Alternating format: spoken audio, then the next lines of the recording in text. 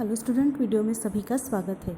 आज के वीडियो में हम देखेंगे हमारा जो लेसन नंबर 5 था, चिट्ठियों की अनूठी दुनिया, इस लेसन के प्रश्न उत्तर यानी प्रश्न अभ्यास।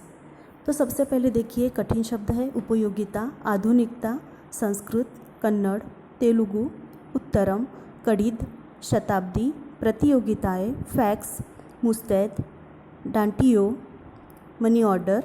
तो यहाँ पे कठिन शब्द दिए हुए हैं। उसके बाद है शब्दार्थ, एसएमएस, लघु संदेश, सेवा, सिलसिला, आरंभ होना या रास्ता खुलना, अहमियत, महत्व, आवाजाही, आना जाना, तह, गहराई, प्रशस्ति पत्र, प्रशंसा पत्र, मुस्तैद, तत्पर, दस्तावेज, प्रमाण संबंधी कागजात या प्रमाण पत्र, गुडविल, सुनाम या अच्छी छवि, आलीशान, शानदार, ढानी, अस्थायी निवास या कच्चे मकानों की बस्ती जो गांव से दूर बनी होती है, तो उसे ढानी कहते हैं।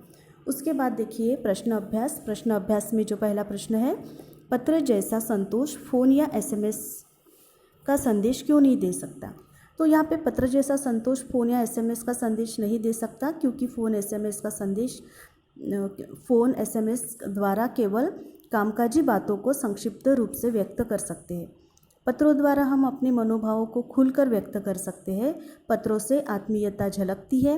इन्हें अनुसंधान का विषय भी बनाया जा सकता है।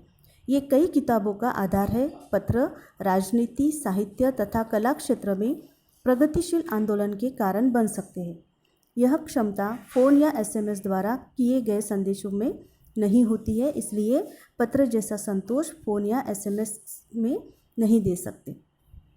उसके बाद देखिए सेकंड क्वेश्चन है, पत्रों को खत, कागज, उत्तरम, जाबू, लेख, कड़ित, पाती, चिट्ठी इत्यादि कहा जाता है। तो इन शब्दों से संबंधित भाषाओं के नाम लिखिए। तो यहाँ पे देखिए उत्तर में पत्र को अलग अलग भाषाओं में क्या कहा जाता है। तो खत है, उसके बाद कागज बोलते उर्दू में, जाबू कन्नड़, लेख तेलुगु, कड़ित तेलुगु में बोलते हैं, पाती तेलुगु, चिट्ठी हिंदी, पत्र संस्कृत। तो यहाँ पे देख सकते हैं आप कि अलग अलग भाषाओं में क्या कहते हैं पत्र को। उसके बाद थर्ड क्वेश्चन है, पत्र लेखन की कला के विकास के लिए क्या क्या प्रयास हुए हैं, लिखिए। पत्र लेखन के कला को विकसित करने के लिए दुनिया के सभी देशों द्वारा पाठ्यक्रमों में पत्र लेखन का विषय शामिल किया गया। विश्व डाक संघ की ओर से 16 वर्ष से कम आयु वर्ग के बच्चों के लिए पत्र लेखन प्रतियोगिताएं आयोजित करने का कार्यक्रम सन 1972 से शुरू किया गया। तो यहाँ पे देखिए उसी प्रकार से फोर्थ क्वेश्चन लिखा हुआ है, उसके बाद फिफ्थ क्वेश्चन लिखा हुआ है, ठीक है। तो यहाँ पे आपको ये क्वेश्चंस पूरे लिखने हैं। उसके बाद देखिए कहानी पाठ से आगे में जो पहला प्रश्न है, किसी के लिए बिना टिकट सादे लिफाफे पर सही पता लिखकर पत्र बैरंग भेजने पर कौन सी कठिनाई आ सकती है, पता कीजिए। तो यहाँ पे ये क्वेश्चन में पूछा गया है कि किसी के लिए अगर हम लेटर भेजते हैं तो उसमें अगर टिकट नहीं लगाते हैं ना, वो एक स्टैम्प टिकट होता है, वो अगर नहीं लगाते तो हमें किन कठिनाइयों का सामना करना पड़ सकता है।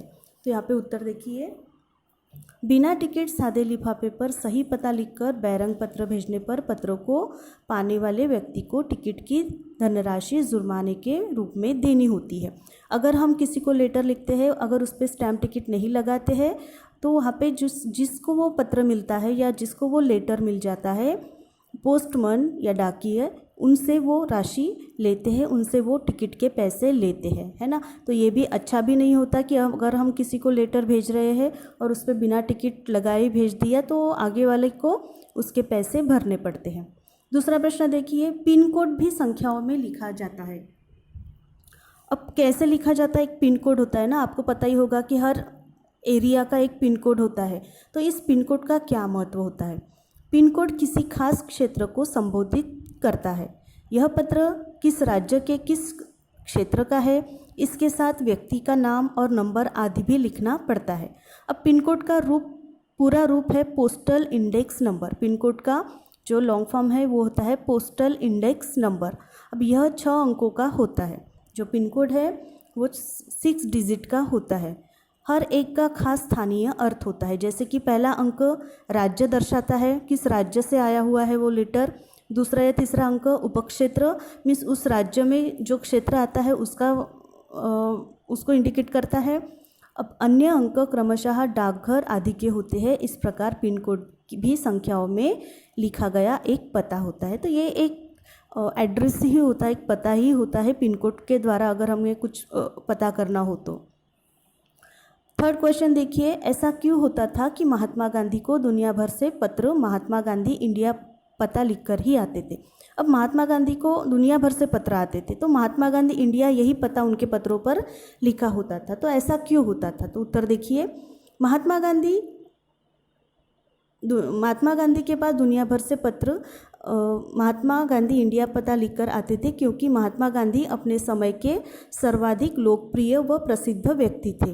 वे भारत गौरव थे। गांधी जी देश के किस भाग में रह रहे यह देशवासियों को पता रहता था, अतः उनको पत्र अवश्य मिल जाता था। तो इसका ये कारण था।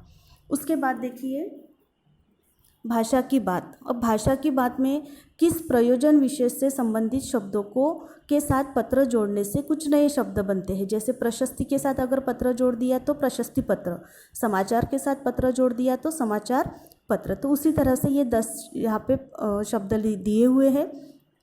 जैसे कि पहला है प्रार्थना पत्र, मासिक पत्र, 6 मासिक पत्र, वार्षिक पत्र, दैनिक पत्र, साप्ताहिक पत्र, पाक्षिक पत्र, सरकारी पत्र, साहित्यिक पत्र और निमंत्रण पत्र। सेकंड क्वेश्चन देखिए, व्यापारिक शब्द व्यापार के साथ इक प्रत्यय के योग से बना है। इक प्रत्यय के योग से बनने वाले शब्दों को अपनी पाठ्यपुस्तक से खोजकर लिखिए। अब पहला है स्वाभाविक, साहित्यिक, व्यावसायिक, दैनिक, प्राकृतिक, जैविक, प्रारंभिक, पौराणिक, ऐतिहासिक और सांस्कृतिक। तो ये इन सारे शब्दों में ई का प्रत्यय जुड़ा हुआ है। तो भाषा अभ्यास में हमें ये केवल दो प्रश्न करने हैं, पहला और दूसरा। उसके बाद देखिए थर्ड है पार्ट आपका एक्टिविटी। अब एक्टिविटी क्या करना है देखिए, ध्यान से देखिए। आप लोग एक्टिविटी कंप्लीट नहीं करते हो, इसके आगे से ऐसा नहीं चलेगा।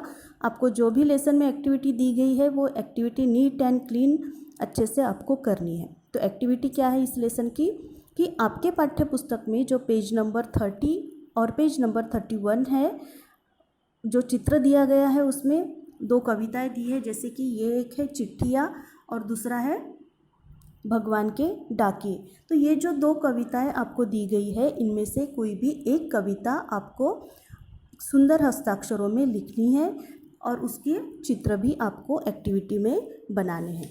बहुत ज़्यादा आपको वहाँ पे डेकोरेशन नहीं करना है। Simple neat and clean handwriting में इन 2 में से कोई भी एक आपको पोयम लिखनी है। एक तो आप चिट्ठियाँ लिखिए या फिर आप भगवान के डाकिए, ये जो पोयम दी हुई है ये भी लिख सकते हैं। तो इस तरह से आपको अपना प्रश्न अभ्यास कंप्लीट करना है।